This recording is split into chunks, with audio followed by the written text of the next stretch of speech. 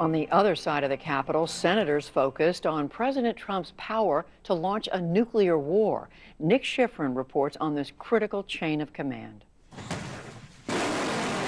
In a world full of threats, Senate Democrats today asked whether the biggest threat is in the White House.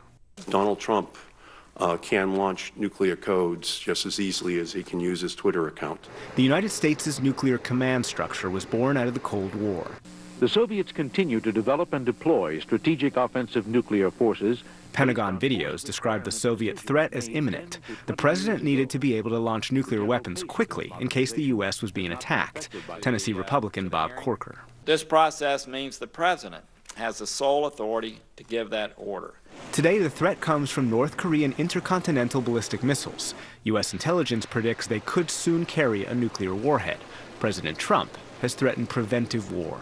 They will be met with fire and fury like the world has never seen. Rocket Man is on a suicide mission for himself and for his regime.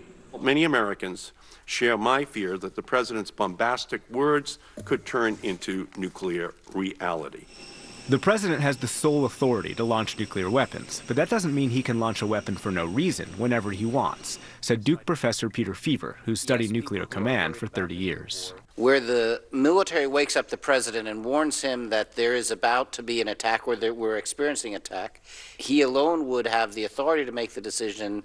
But in the other context, where the president's waking up the military, maybe in an extreme funk, saying, I'm angry and I want something done, in that setting, he requires the cooperation of a lot of people. That cooperation wouldn't be forthcoming if his order were illegal, said retired General Robert Kaler, the former head of U.S. Strategic Command.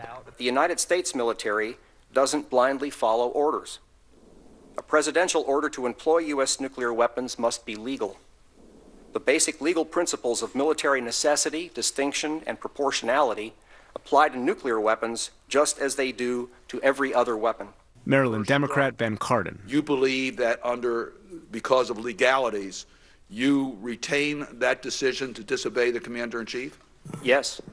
If there is an illegal order presented to the military is obligated to refuse to follow it. Today's hearing was called by Senate Republicans, but many of them urged extreme caution. They said the U.S.'s adversaries needed to understand the president is still the sole person able and is still willing to use nuclear weapons. We cannot have a bunch of bunker lawyers that basically, or activists up and down the chain who decide that they're going to disobey any order that they disagree with. Pyongyang needs to understand that they are dealing with a person who's a commander-in-chief right now who is very focused on defending this country, and he will do what is necessary to defend this country. Democrats have introduced legislation that would limit the president's nuclear authority. Some today question whether sound legal advice would prevail in a nuclear weapons discussion. Massachusetts Democrat Ed Markey questioned whether presidential advisors, current and former generals, could constrain the president. I don't think we should be relying upon a group of individuals to be resisting an illegal order when they have all pretty much been hired by the president. A short time ago, an American airplane dropped one bomb on Hiroshima. Since President Harry Truman became the only person ever to have ordered a nuclear strike, U.S. law said only a president should carry the nuclear responsibility.